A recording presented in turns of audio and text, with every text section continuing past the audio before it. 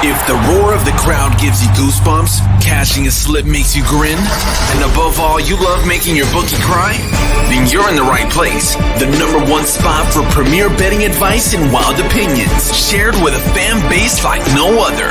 Welcome home. This is the Punch List MMA Podcast.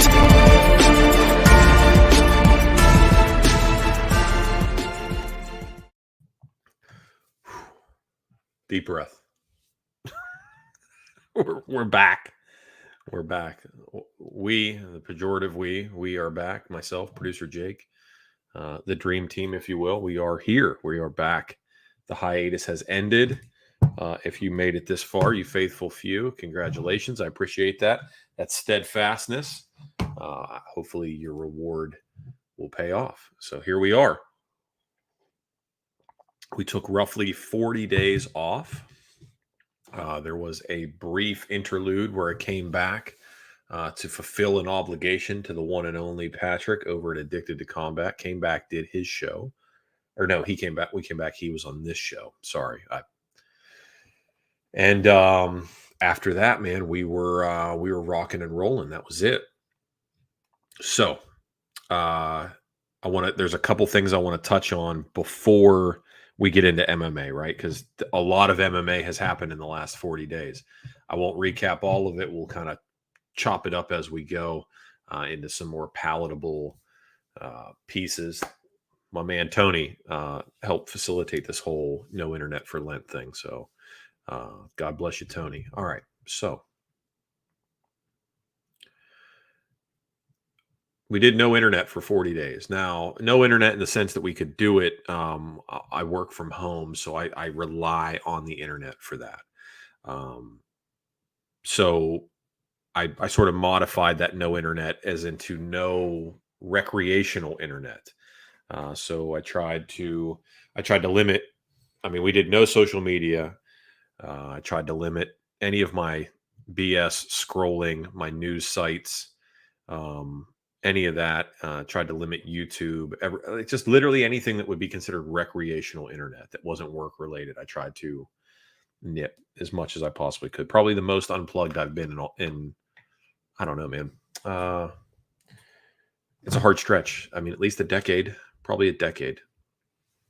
And I will say this, and we'll obviously get into this more in the coming weeks, but the hive mind doesn't like you being gone. The hive doesn't want you straying far. It wants you close. What's crazy to me is that the moment I stopped doing everything, stopped looking at the internet, stopped using social media, I got more emails than I've ever gotten in my entire life. And it's all trying to bring you back in. If you've never done it, and not like trying to make it sound like some transformative experience, but if you've never done it, if you have social media and all that kind of stuff, just stop doing it for like a week and see what week 2 looks like, because everything in the world comes at you and tries to bring you back to it. Everything's like, come on back. Just click on this. Just look at it. Just so-and-so said this and that said, well, it's amazing how much it wants you to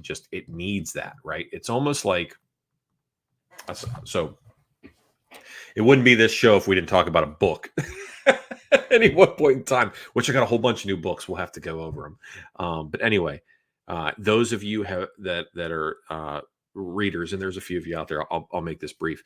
Neil Gaiman, he's a prolific fiction writer, and I'm sure that I've talked about him at some point in time before. But anyway, a couple of his shows or books have been adapted into shows and movies and things of that nature. If you're a Netflix person, Sandman, I believe it is based off a Neil Gaiman novel. But the one in particular I'm talking about here is called American Gods, which is on Stars. They had 3 seasons on Stars. They took some creative liberties for it. But anyway, the general gist of it, I know I'm rambling. It's been a while. The general gist of it is that, again, fiction. All gods are real or were real, and they only exist as long as somebody believes in them still, and their strength is dependent upon the amount of believers in them. And a war gets waged between the gods of old, right, the traditional ones, and the new things that are replacing gods and religions, i.e. media, the world, money, things like that. So you basically have Odin and various other gods that are trying to kill the new gods, which are, like I said, money, the world, media, all this kind of stuff. Interesting books, or interesting book rather. Maybe they did do a second one. I don't know. I'll have to look. But anyway, very interesting. And anyway, it made me feel that like it brought some truth to that, in that the more I was away from the computer, the more I was away from internet, the more it tried to bring me back. Like, hey, it felt like it needed me more than I needed it about 20 days in, which was cool. So I got back on Twitter this morning just to kind of see what I missed. And guess what? I didn't miss anything at all. Literally nothing was missed. 40 days passed and I missed nothing. We're all still arguing over the same stuff, right? Everything is transvestites everywhere. Everything is please come take the guns. Everything is money to Ukraine. Everything is coof. It's all the same. Nothing's changed. Even people's bad MMA opinions have not changed.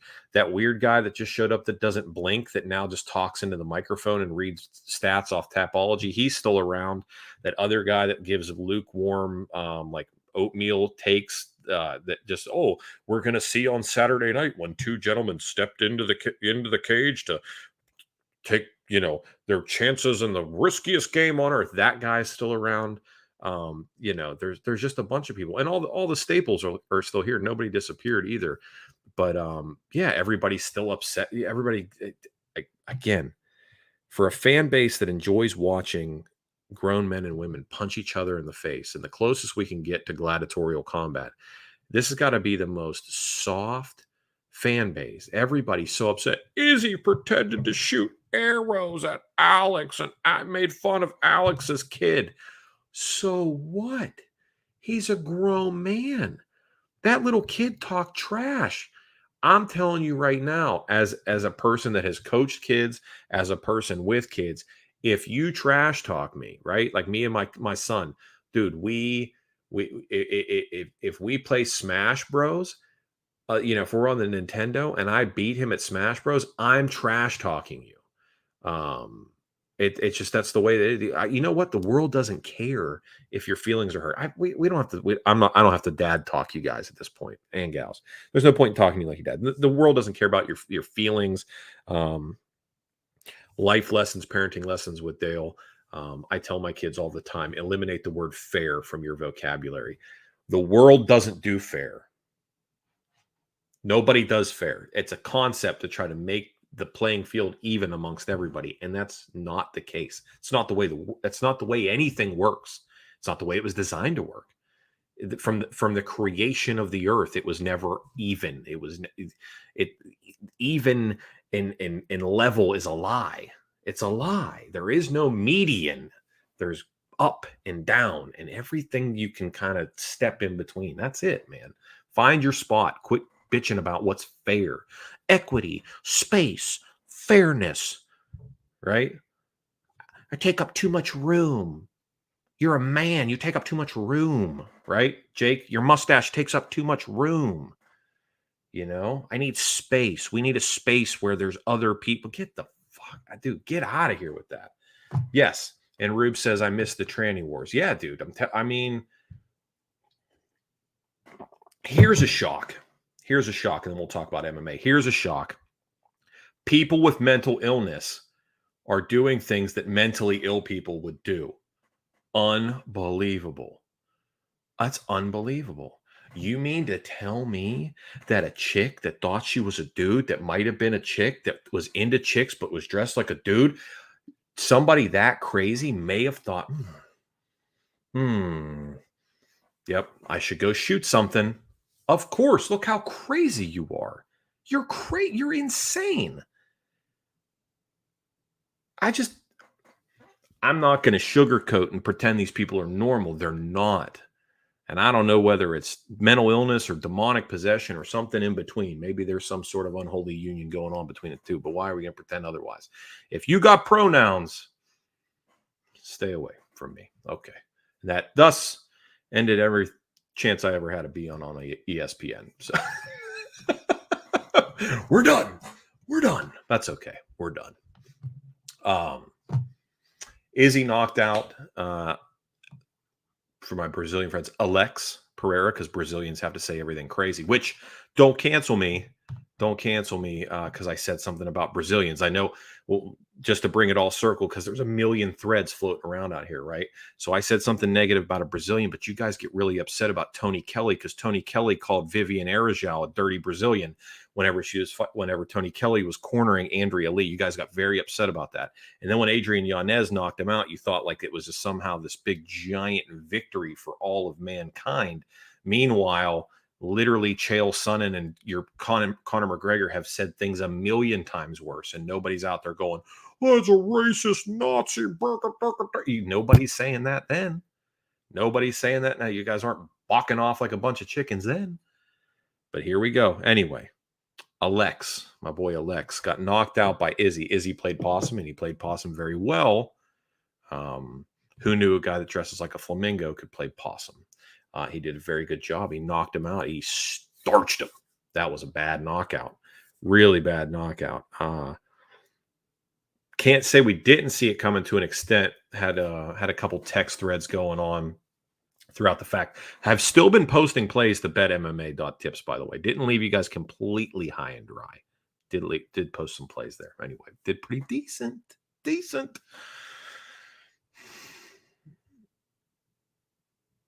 Had some threads going about where the script is, right? Year of the narrative, 2023 year of the narrative.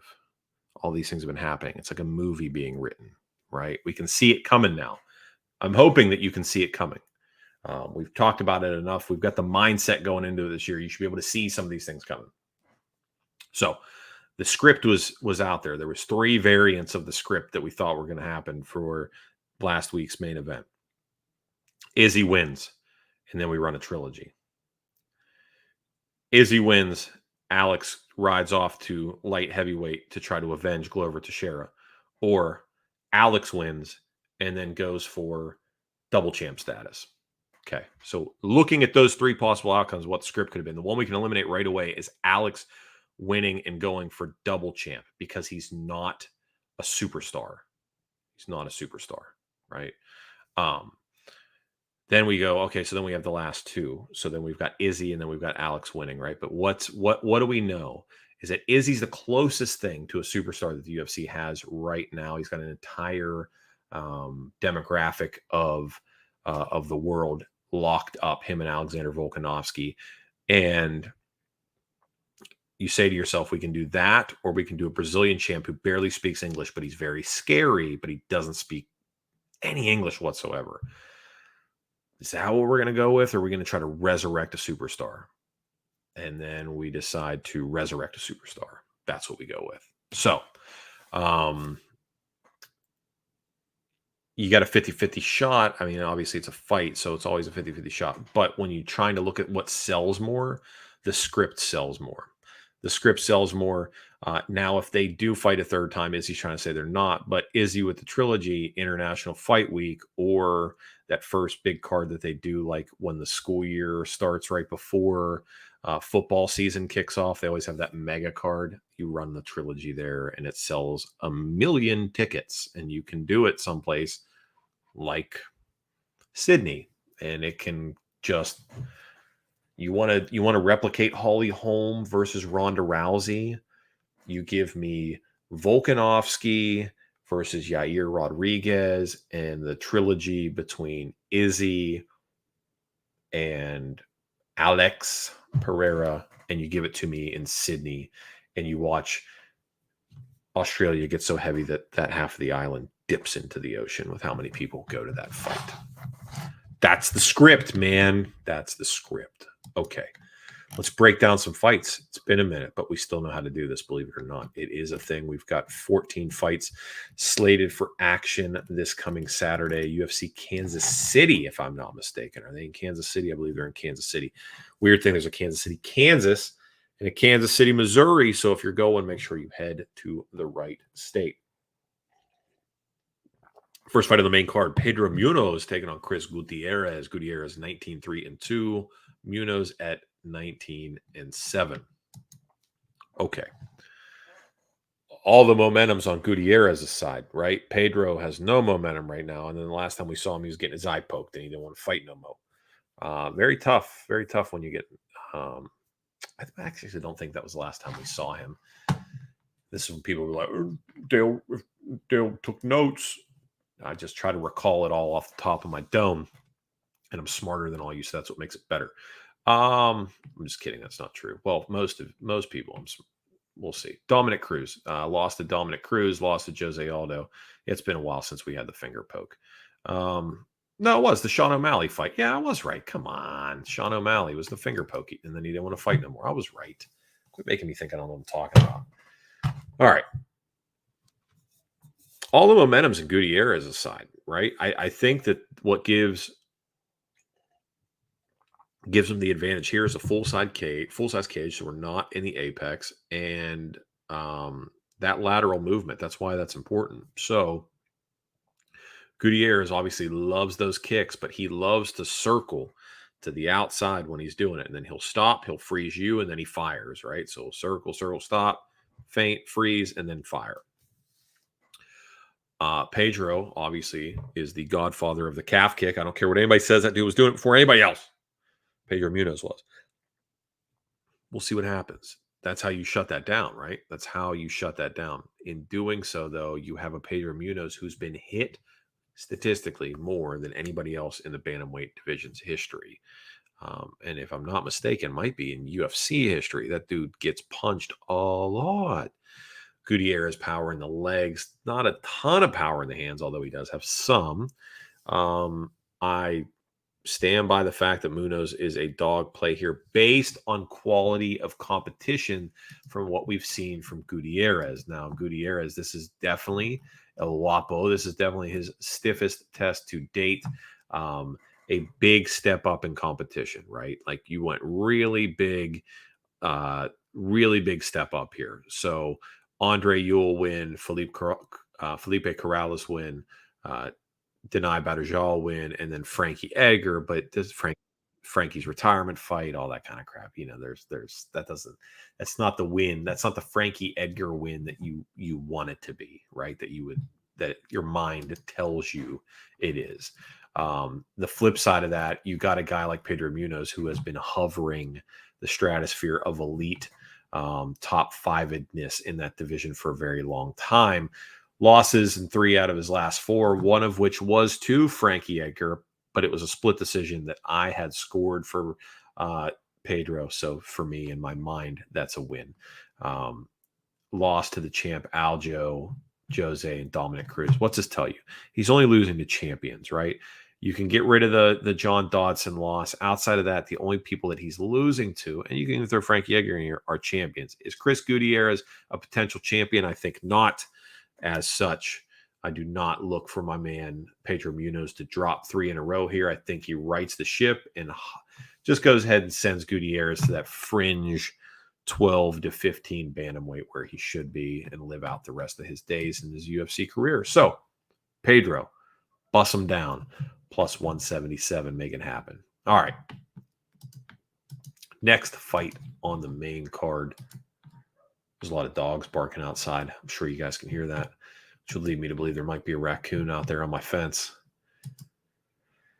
Oh, man. I really want to go look and possibly put that thing in the earth. But all right. Iwan Cutelaba, 16-9. Tanner Boser at 20-9. Forgive me for this, but I think we're all in the trust tree here, right? Like we're in a spot where we can talk openly with each other. And Iwan Cutelaba is our guy. Has been for a long time. I mean, basically the pioneer Caucasus Mountain Warrior. Like when we talk about Caucasus Mountain Warriors, like that came from Iwan Cutelaba. Like that's where that originated from, right? That's the ectoplasmic, congealing force of Caucasus Mountain Warriors is Iwan Cutelaba. But he has not been good lately, and he's been letting us down a lot. He's really been letting us down. Tanner Boser's former heavyweight finally decided he's just going to work out a little bit and made 205. So here we go. We get a light heavyweight debut. Now, what hurts about this is fading a Caucasus Mountain Warrior. You'd be like, all right, well, I just would like to take some hacksaw Jim Duggan looking all American steel. But instead you get Tanner Boser. You got to take a Canadian. And Canadians are very hard to rely on right now. There's not a lot of trustworthy Canadians. Did you know? Did you know that Justin Trudeau is the love child of Fidel Castro and his mom? Fidel Castro is Justin Trudeau's dad, and they will say that that other dorky looking dude is his dad, but it's not. It's Fidel Castro. Jake, did you know this? You did not know this? Let's do some producer Jakeism. Can you pull up a picture of Justin Trudeau, the Prime Minister of Canada, and Fidel Castro, please? You guys are going to be amazed. And then we'll show you what his dad looks like. But anyway, it's very tough to trust a Canadian right now, especially a Canadian in a new weight class. But, man, I think over 1.5 is where I go here. I know it's at 2.5. I realize that it's at 2.5, but I think 1.5 might be the play. Jake, they look exactly alike, don't they? Yeah, he's saying, yeah, they do. Well, you guys will see soon enough.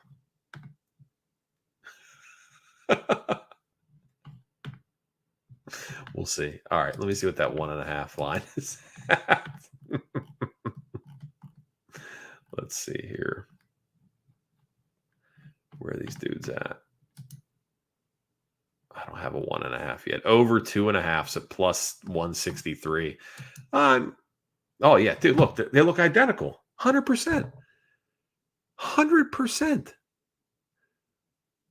Dude, look, if you look, Jake, give me top left. Oh yeah, or that one right there. That's perfect. No, the one you were on is perfect. Yeah, absolutely, because it has all three of them. Dude, you can't tell me that that's not his kid. And that you say, well, Dale, how do you? I mean, are you just drawing the conclusion of that? But I'm not, because if you look in the middle row, Jake, the third picture in, that is the guy they're saying is middle row. There you go, or second row. Sorry, third picture in. That guy standing next to Castro. No, yeah, there you go. They're saying that's Trudeau's dad. They're saying the guy with the tie is Trudeau's actual dad, and that other guy's and Castro's not. And here's a fun fact. If you look at the very first row that you have right there, Jake, the third picture over that's black and white, that is Justin Trudeau's mom and Justin Trudeau being held by Fidel Castro. I'm just saying. That's his kid. That's his kid. So appreciate you doing that, producer Jakeism, man. That was good. That was good stuff. Old Margaret getting dirty in Cuba, those Havana nights. She wanted to feel dangerous, have a big Latin man laying on top of her, getting all sweaty. Castro just big stogie in his mouth, just rocking Trudeau's mom.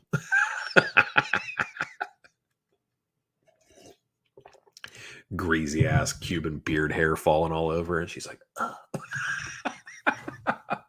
It's so gross. Oh man. Okay. Let's do under 2.5. Let's do under 2.5 here. Plus 160. Ewan fades, right? He's not going to wrestle his way to a decision here. Tanner Boser, maybe the power comes into play from heavyweight. He's quick on the feet, fast hands. Touches Ewan, who's got a pretty suspect chin, if we're being honest with us, and he's let us down recently. So maybe under 2.5. Probably not going to be an official play here. I lean Boser money line, and I think about under 2.5 at plus 160. Dustin Jacoby taking on Azamat Mirzakhanov. 12-0 for my man Mirzakhanov. 18-6 for Dustin Jacoby, who's been in the UFC, or made his UFC debut rather before some of you guys were even alive. So, yeah. Glory kickboxing champ. They'll make much ado about that. I dare say, like lean against, like go against Jacoby here. If only because Dustin Jacoby finds ways. I don't want to say he finds ways to not win fights, but like he doesn't necessarily have finishing power. He doesn't necessarily have a second gear, third gear, fourth gear to get somebody out of there. Mirzakhanov can fade down the stretch, but what if he banks 2 rounds by then? Like, what if we have a weird pick 'em first round, a steady Jacoby round 2, and then a Mirzakhanov pouring it on in round 3, trying to get him out of there, or vice versa. Solid Mirzakhanov 2 starts to fade. Jacoby puts the heat on him in round 3. Then we get some dicey Chris Lee action in there. And if I'm looking for dicey Chris Lee action, this is a fight that has potential for split decision. And we can get split decision action on this here. Let's see. Let's see here. If I can get fight is a draw. No, that's not what we want. I don't have a split decision line yet, but when it comes out, we'll see. We will see. But that might be the move right there, right? Because fight go over 2.5, where it'll a near pick 'em. I'm gonna lean on that split decision. We'll see what we can do there. I think that might be the play, just because based off Dustin Jacoby's lack of power and his just inability. He's like a tall white Angela Hill, right? He's just like a lot of volume that doesn't really do much.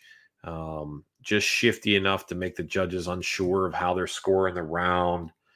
You know, you really got to put some damage on him in order for him to catch that L. And I'm just going to be honest with you. I thought he won his last fight. That was with the old Khalil Roundtree, where that was a split decision loss. Cool part about that is he beat the shit out of Khalil Roundtree, but then Roundtree cut him in the last round. So then all of a sudden, damage means everything. So get judges that don't know what they're doing, and then we get damage, and then you have no idea what you're looking at anymore. So it doesn't matter whether or not you're outstriking them 2-1 like Dustin Jacoby did. If you're leaking real bad, the judges think you're losing a fight because they're stupid. Co-main event, Edson Barboza taking on Billy Q. We have something to discuss here. We're just going to get into it now because Bill Algeo is the featured prelim. And the co-main event is Billy Q. So I need to know whether or not you believe Bill Algeo's fighting twice in one night, or whether or not Billy Q's fighting twice in one night. And I have it on good authority from my man Double Nichols that we may or may not get Julian Erosa in attendance as well. So there is a chance that thrice Julian Erosa, Bill Algeo, and Billy Q might all be in the same place at the same time. I need eyes on, if there's anybody that listens or watches this that attends UFC Kansas City, please let me know whether or not you see Algeo, Quarantillo, just any combination of the two at the same time. Because I think they're all the same person. Co-main event, I would go so far as to say that we know what's going to happen in round 1. And that is going to be Billy Q is going to damn near lose the fight by getting just rocked with Edson Barboza kicks. Probably Barboza leg kicks are going to be very, very prevalent in this fight. Which, well, it's Edson Barboza. They're prevalent in every fight. We say that, and we say it like we used to believe it for Jose Aldo, right? Like every breakdown of every person right up until Jose quit was like, dude, if Aldo gets the leg kicks going. Aldo, one of the best kickers in the game. If we get Aldo going, there's no telling what could happen. And he just stopped leg kicking. He just stopped. Barboza hasn't stopped entirely, but he has slowed it down, opted away from the leg kicks, been throwing a lot of body kicks lately, throwing a lot of like switch kicks to the body. Doesn't love the leg kicks as much as he used to, which I understand. You know, you're in your late 30s. You don't want to Chris Weidman yourself. So I get it. But here's what's going to happen. Billy Q loses round 1. We know this. And then we play Billy Q by finishing 2, Billy Q by finishing 3.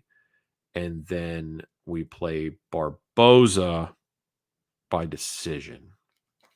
Dale, that's a bunch of conflicting plays. What are you talking about? Well, we look at some of the odds that we're getting here, right? So if we get Barboza to win by decision, we're at plus 300. Okay. Okay. So how do we do that? Well, we do that by what we just talked about with Justin Jacoby, Khalil Roundtree, effective damage. We know that Quarantillo is going to lose round one. We already know that. We know that that's going to happen. It's a foregone conclusion. Billy Q will lose round one. So then we just need a what the hell happened round, which it's a Billy Q fight. What do you mean? Well, what the hell happened? It's literally every round 2 and 3 and that guy's ever since he's existed has been what the hell did I just watch, because it's chaos.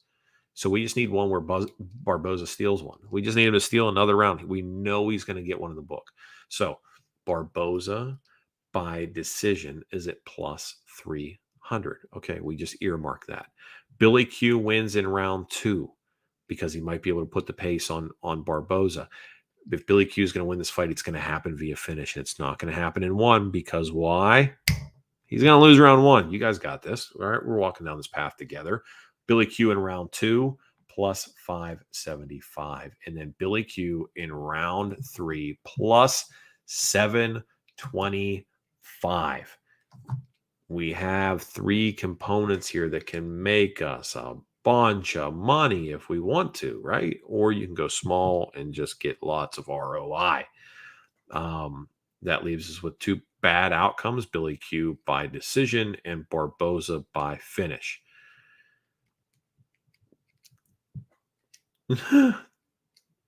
Is anybody really playing those? No. So, find your spot and fire here. All right. Main event of the evening: Max Holloway versus Arnold Allen. Full disclosure, the moment this fight was announced, and the moment that Bet Online put odds up when it opened up, minus 150 Max Holloway, immediate max bet.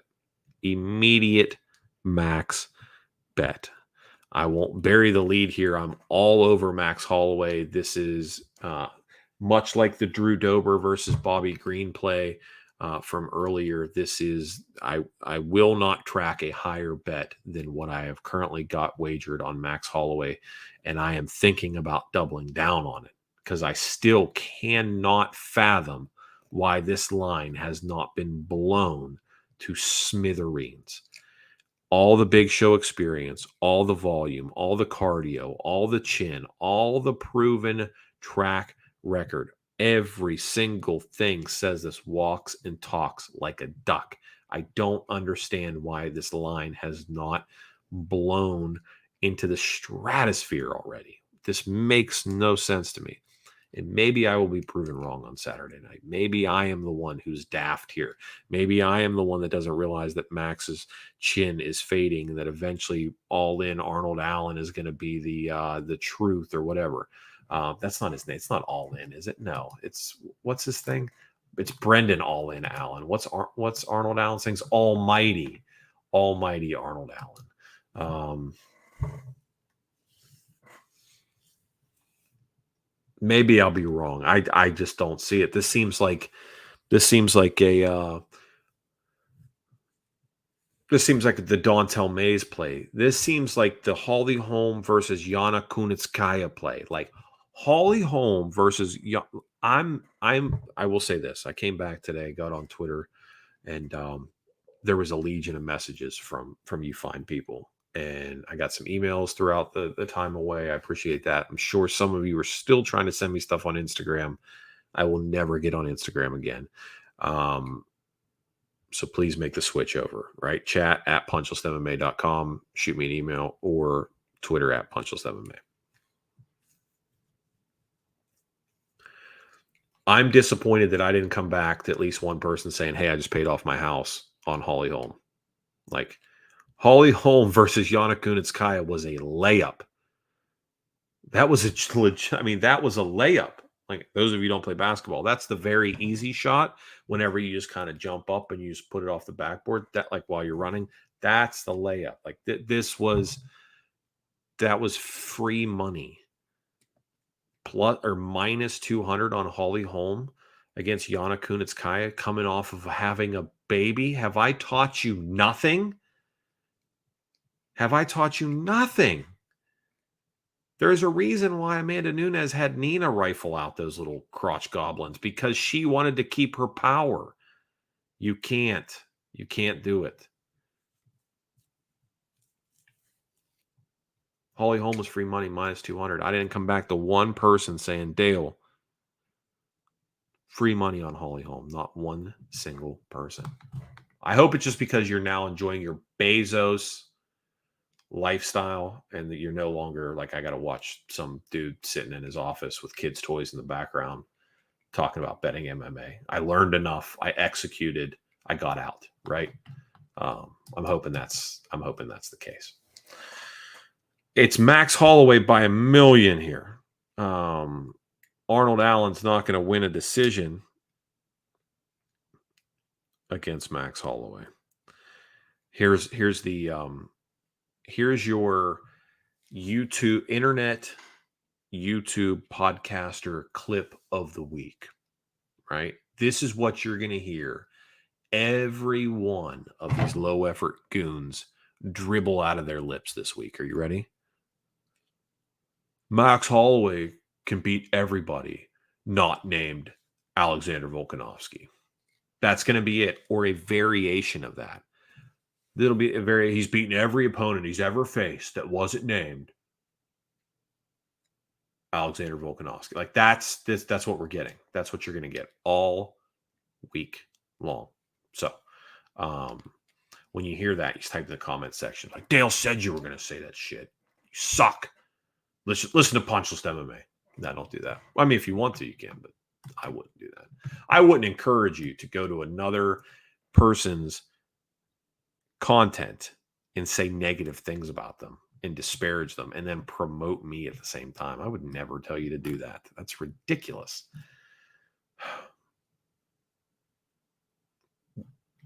Would I say that, Jake? I wouldn't say that, right? We wouldn't do that. We're not 10. This isn't a Call of Duty lobby. Oh, get it together, man. Yeah, so Max Holloway by 1 million. All right, you want to do featured prelims? Or let's do, not featured prelims. Well, let's do those early prelims. We've got Lucy Pudilova, right? And Jocelyn Edwards. Plus 115. Lucy at minus 135 over rounds at 2.5. Women's science. Boy, if you guys played Sam Hughes, what was that? What was she like? Plus 3 something last week?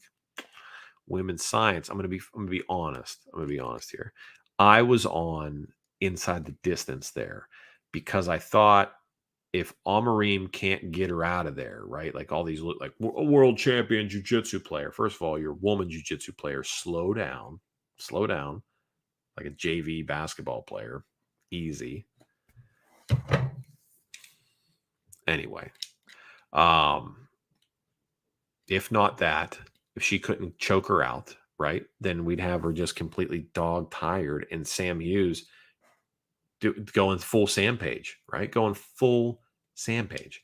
And we almost had that. Damn it if Amarim didn't almost choke her out in the first round. It was like, okay. I mean, when I think it was like the third time she got the arm under, I literally like put my hands up and was like, we got it, and walked away, and then came back and they were still fighting. And I was like, oh, don't I look dumb now? But then round 2, she's exhausted, laying on her back, pulling a Ryan Hall. Okay, here we go. And then round 3, thought we had it. No such luck. But hopefully you cashed some women's science, or did you all forget your women's science textbooks as well? So we have a women's science play here if we want to at Jocelyn Edwards versus Lucy Pudilova, but I'm going to go ahead and say here this is close enough. If it gets any closer, actually, let me pull up a bunch of other books real quick. Let me just see if any book has it closer to a pick 'em. No, it's all going the other way. Damn, Bet Online's got the best line here. I like Pudilova a lot in the spot. I think Jocelyn Edwards sucks. I really do. I don't want to sugarcoat that and pretend that she's like super good. I don't think she's very good at all. I think she can come out there. She's going to try to kick from range. She's going to use those gigantic legs, throw punches from her hips, and just try to kick Pudilova as much as she can. But Pudilova's like a I don't know, man. She's like a great value Irene Aldana. Like she just same sort of weird, sinewy, crafty fight style. They actually had a good fight. Yeah, I like Pudilova here. I hate to go against women's science. Jocelyn Edwards is terrible though, man. She's really not good at this. Um, I mean, could she probably kick me to sleep? I'm not saying that she couldn't, but as far as this whole thing goes, I don't think this one's it. As far as like professional fighting long term, is she ever going to be world champion kind of deal? I don't think that's the case. All right, Gaston Bolanos taking on Aaron Phillips. It's hard to go against a guy with a name like Gaston, and I won't do it here, right? No one's as quick as Gaston. No one thinks like Gaston. No one's incredibly quick at beating Aaron Phillips like Gaston. He's going to actually just knock the shit out of Aaron Phillips. It's been like 2 years since we've seen Aaron Phillips fight. This is a good fight for Bolanos. Minus 195. Unit bet it like a stock market play. Look for 20% ROI and get out. Get out. Herb Dean, the gold standard, popping in here. My troll brethren. What do we got? Striking will be a lean to Edwards. I got hit. It hits the ground. I expect the difference to be significantly bigger than on the feet, and I think Pudilova will be persistent with the takedowns. Maybe. I think she wants to strike from range, man. She got that slippery jab. You know what I mean? She got that slippery jab. And then because no woman on earth knows how to throw a straight right hand because they got titty meat in the way, they always throw that weird like shovel over right, like where it comes around. They don't, they can't just fire it off the piston the way you're supposed to. So we'll see that weird, like DC, like how DC would like bring his elbow up and then like punch like a superhero. You know what I mean? It looked like old Batman cartoons whenever DC would throw a right hand. DC had the worst striking of any heavyweight champ in the history of like anything. Mark Coleman had better hands than DC. You're like, this is a DC jab, right? That weird thing where he like puts his elbows out all the way, karate chopping people. Although he did knock out Stipe, for what it's worth. I don't know, man. Golly, I can't figure it out anymore. Threads, they just go everywhere. The threads are everywhere. Bruna Brasil taking on Denise Gomez. Women's science plus 142. I don't bet on people I don't know. I don't know either one of these chicks, and I don't want to know them. They're not going to be around long enough for me to care. Denise Gomez, give me that women's science money. I will be making a drink when this happens. Lando Venata taking on Daniel Zellhuber. Zellhuber looks like a weird. He looks like Daniel Zellhuber looks like Ryan Garcia if Ryan Garcia came over to MMA. Taking on Lando Venata at 12-6-2. Lando continues to get contracts just because he's exciting. He sure as shit can't win a fight. I'll tell you that. That guy has a tough time. The judges don't particularly like him. He taps out the one-arm guillotines. He just has a tough time, right? I'm sure he's very cerebral, very smart, very fluid. When he's in the zone, right? You got that, got that flow state going. He can be problematic. Zellhuber, he's young. I don't know, man. It's the year of Mexico. I hate to go against Mexicans right now. I don't want to do it, but he lost to Trey Ogden, and it was unanimous. We saw this last weekend, is that Trey Ogden is awful. Awful. How often do you bet on Trey Ogden? Not often at all. Yeah, I don't know here, man. If you can't beat Trey Ogden, I have a feeling that you're just the caliber of person that Lando Venata can beat. Even though Lando finds ways to lose fights, he should win or at least be competitive in. Give me Lando Venata at plus money. That'll be our second plus money play of the night. Give it to me. Give me some Lando Venata. Plus, just a name like Lando, it's hard to go against it. All right, Pierre Rodriguez 9-0 taking on Jillian Robertson at 11-7. The most popular play every time Jillian Roberts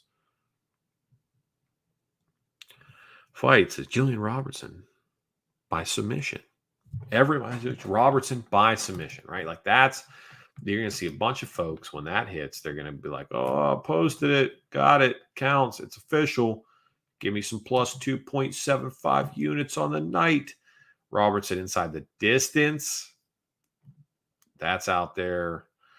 I mean, at this point, I would say so far that if you think Robinson's going to win this fight, you know full well she's not going to do it by decision. So you're going to look at round 1 finish, round 2 finish, round 3 finish, and they are all significantly going to be higher than her regular inside the distance or by sub prop. So just take her in round 1 at what will be plus 400. Round 2 will be 6, and round 3 will be around 800. So just unit math this here and scale in accordingly, right? So that way, no matter what, you win money. That's the way this is going to play out. Like here's opportunities to get over on some folks here because Pierre Rodriguez is not good.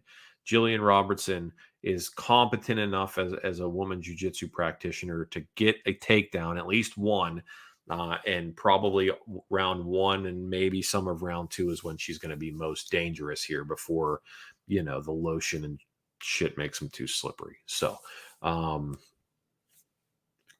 Jillian Robertson by submission. Okay, cool. That's fine. But play the round 1, play the round 2, and play the round 3. And just scale your units accordingly so that no matter what, when it happens, you make your money back. You can do this. We can do this. It's just betting math. Robertson in round 1 plus 6. Robinson in round 2 is plus 750. And Robertson in round 3 is plus 900. Guys, gals, people, pronoun folks. This is where we make money. Okay. That's where we do it. Here's a fight that's happening in 2023. I say that because you may listen to this next portion of the show and wonder, did I hit my head somewhere? Did I slip and fall in the shower? Is my wife putting drain cleaner in my oatmeal in the morning? Should I get a paternity test on my kids? Like, that's what this will make you think. That's what this will think. Like, this is going to take you back. I mean, we could have went real dark there. Producer Jake, you see me walk right to the edge? I went right to the edge. Whew, man. We were close. We were close. Ed Herman and Zach Cummings are fighting in 2023. Ed Herman has a professional record of 24-15. Zach Cummings has a professional record of 24-7. This is a real fight. This is happening in 2023. How on earth is anybody going to handicap this? Like, if you are sitting there, wherever you were, and you're like, I confidently feel Zach Cummings at minus 210 in 2023 against Ed Herman. You do. Like, I want to know, like, just, can you walk me through that? Like, walk me through how that looks in your brain. In your mind, how does that look? And how do you go to yourself? Zach Cummings. Yeah. Let's see here. No. Hold on one second. Let's see. So I don't know how you do it. How old were you when you first saw Ed Herman? Well, Ultimate Fighter. I believe it was, I think that was my first introduction to Ed Herman. That's a great question. I mean, I'm 37. Well, I mean, it's not a mystery anyway. I'm 37 going on 67. But yeah. So, I mean, it's a long time. It's been a long time. Like, I remember Ed. Here's how old were you? I remember the video coming out of Ed Herman getting tased by that cop. Him and his old lady getting tased by that cop. Y'all remember that? You remember Short Fuse getting lit up by a taser at a gas station? Y'all remember that? That's a like back whenever, you had to search for MMA news. That's when my boy Eddie Herman they rode the lightning. They got his ass. They got him. All right. So if you feel confident about Zach Cummings laying that juicy juice on Zach Cummings at minus 210, go for it, player. But that is not for me. I'm hard passing that fight by a million. I mean, I guess I would lean Zach Cummings. I guess. My favorite Ed Herman moment of all time, though, is my man getting that win off that dick kick. That was awesome. That was really just got kicked in the junk, acted like he couldn't continue, and got that W. What a veteran move. What a vet move, man. Unbelievable.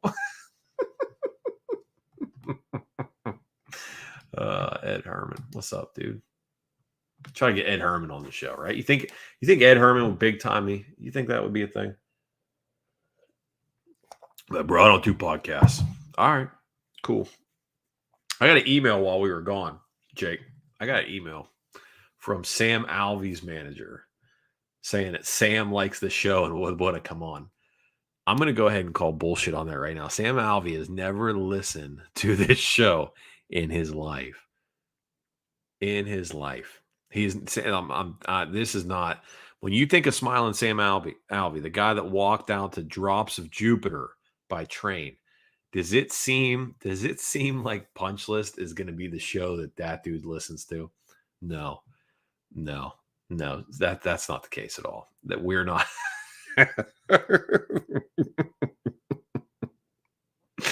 I should have him on anyway. I mean, I don't even know what you say to. Well, you know this because you and I've already talked about this.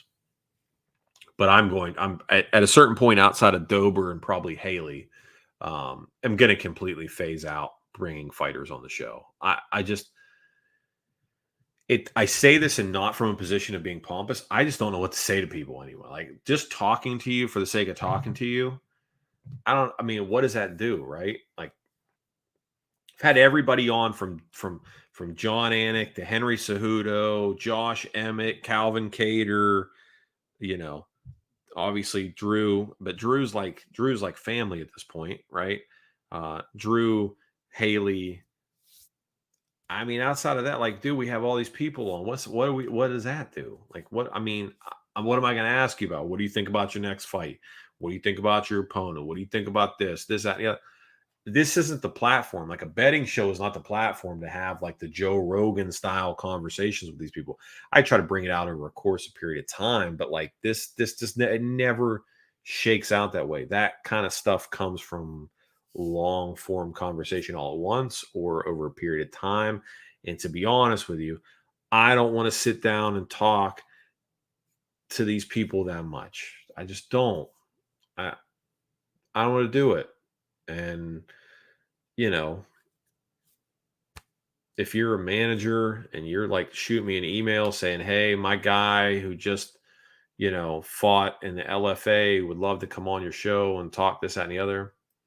Maybe, but it's probably a no. And it's not because I'm big time. And it's just, I don't really want to talk to him. Just don't. What am I going to say? You're a fighter. You like being a fighter? That's cool, man. That's cool. But, if we're not talking about the deep stuff, what are we talking about? You come on. You talk to me about betting, right? Which you can't do anymore. The UFC says you can't do it. Or we go deep. I want to go into the well. I want to know whether or not you think the earth is hollow. How old do you think the earth is? You come at me with millions. That's what we're talking about. I want to know. That's what I want to know. That's cool, man. You're fighting in the PFL next weekend.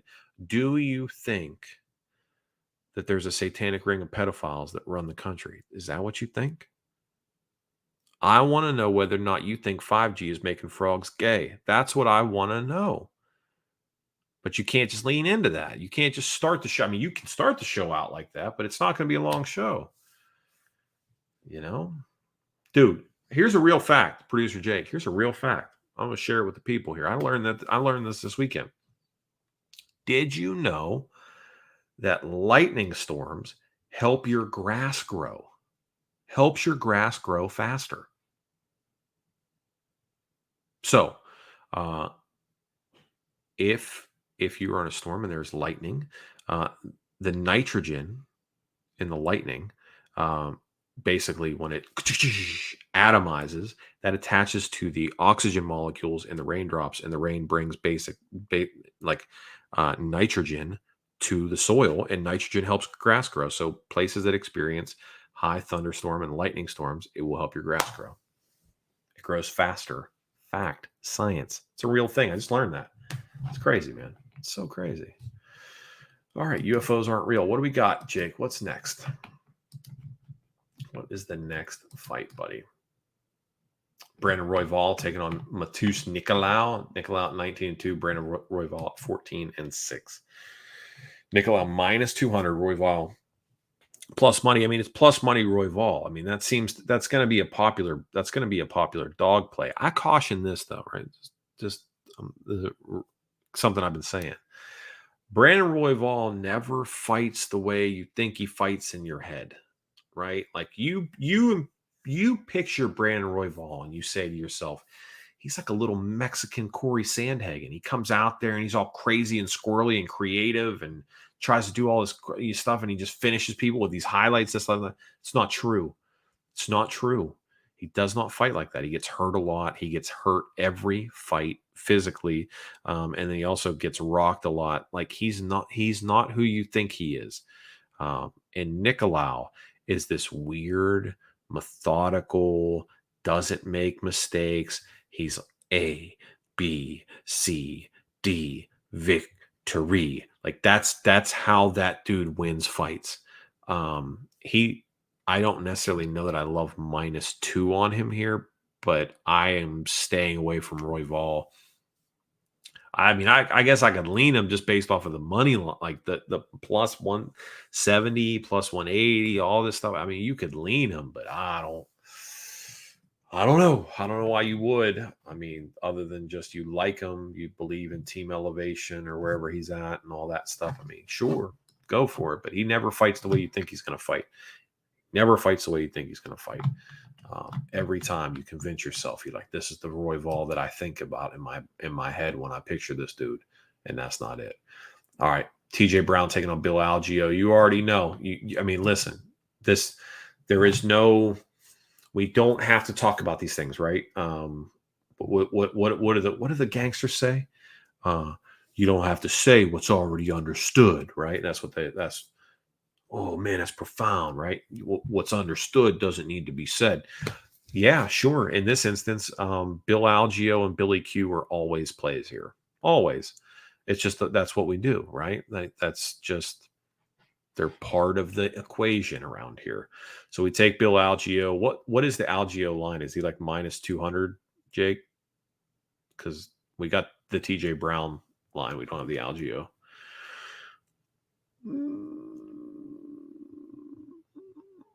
MMA Bets with Shady says the line has steamed. Oh gosh.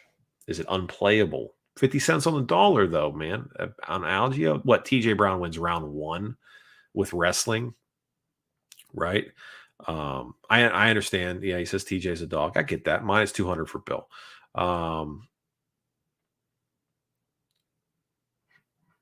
Man, Senor Perfecto? I don't know, man. TJ wins round 1. He's probably pretty confident coming off the big W's last time out, but golly, man, it's Bill Algeo. It really is. He's such a damn gamer. TJ Brown will be physically stronger. Again, another fight you might want to consider a split decision. I could see a split decision here. Yeah. That's another one. Let's consider Iwan Kutalaba. We'll consider that fight a split decision. No. The Dustin Jacoby Mirza Kanat is a split decision, and yeah. So we'll do 2 split decision plays here: Algeo, TJ Brown, leaning Bill Algeo, and the Mirza Kanat and Jacoby fight, lean Mirza Kanat. All right, feature prelim: Clay Guida taking on Rafa Garcia. As far as I know, this is not Clay Guida's last fight. As far as I know, I think Rafa Garcia is a play here. I would dare say take him by knockout. just because the Clay Guida of old, the head movement is not necessarily there, and the chin is not either. Fight doesn't go to decision plus 140 is interesting. I don't think Guida is going to submit him or anything like that, although it is plus 900. I will say Garcia wins by KO is probably going to be at a very decent plus money price based on Clay's history of it being rather durable. But he is a 40. It's a 40-year-old man getting punched in the face. I mean, it's just that's the way it is, dog. You know, like you can try, but your brain at a certain point, all the liquid that keeps it safe while it's floating around up there, just says, I just don't have as much anymore, right? I don't have it. Like I've said this every time. I'll continue to say it again. Everybody else bites my shit, so they probably say it too. Clay doesn't get slapped as hard anymore, right? They're more kind of like when you're playing with a dog, right? You want to get them to open up their little like that, just that's how his brother's hitting him now. You know what I mean? I think you get Garcia at good plus money at the KO spot. I'll play him there. I mean, look, you're looking at Garcia by KO, Guida by decision. Those are like your two most probable outcomes here. Gosh,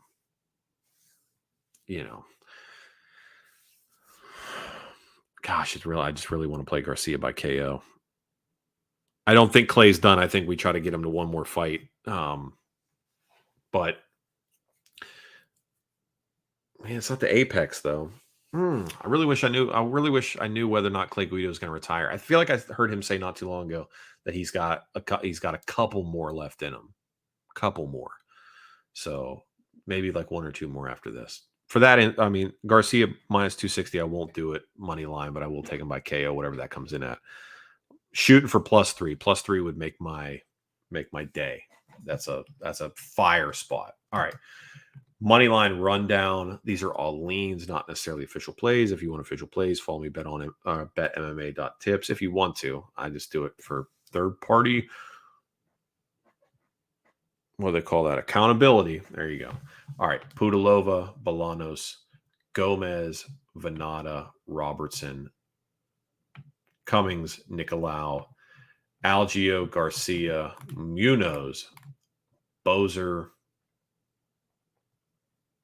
Mirzakhanov, Billy Q, and Max Holloway for all my money. All my money. 40 days away. Lent was good. Holy Week was good. Had family in town. It was good. This was good. It was good. Got a bunch of new books. I mean, yeah, it's been good. I'm going to the beach this weekend, bugging out for a little bit, so that'll be nice. Angel says, welcome back. Angel, what's up, buddy? Good to see you. Austin says, scares for a second. I decided to go, am I? No. We're good. We're good. It was all planned, man. Come on. You know that. You know that. It was all planned. It's all part of the plan. Shout out to my boy Tony, who was one of the first ones in here. Him and I talked for a while prior to deciding to do the no internet for Lent thing, and he kind of had my back on that. So Shady says, who is the vet in the back? Well, so producer Jake is a vet, as am I. The flag is my grandfather, and the picture beside it is my dad, which he is still alive. He has not passed, but I just have his picture there because I'm in the process. What will happen here in the coming weeks is my office will be transformed, and that wall in particular, there you go, will be we'll put a lot more pictures and stuff up there. Right now I've just got some artwork from my kids. My one is a rather talented artist. She loves to give me stuff, so I put it up there. But yeah, I have his Marine Corps picture. I just have it there, just because it's eventually going to go up anyway. So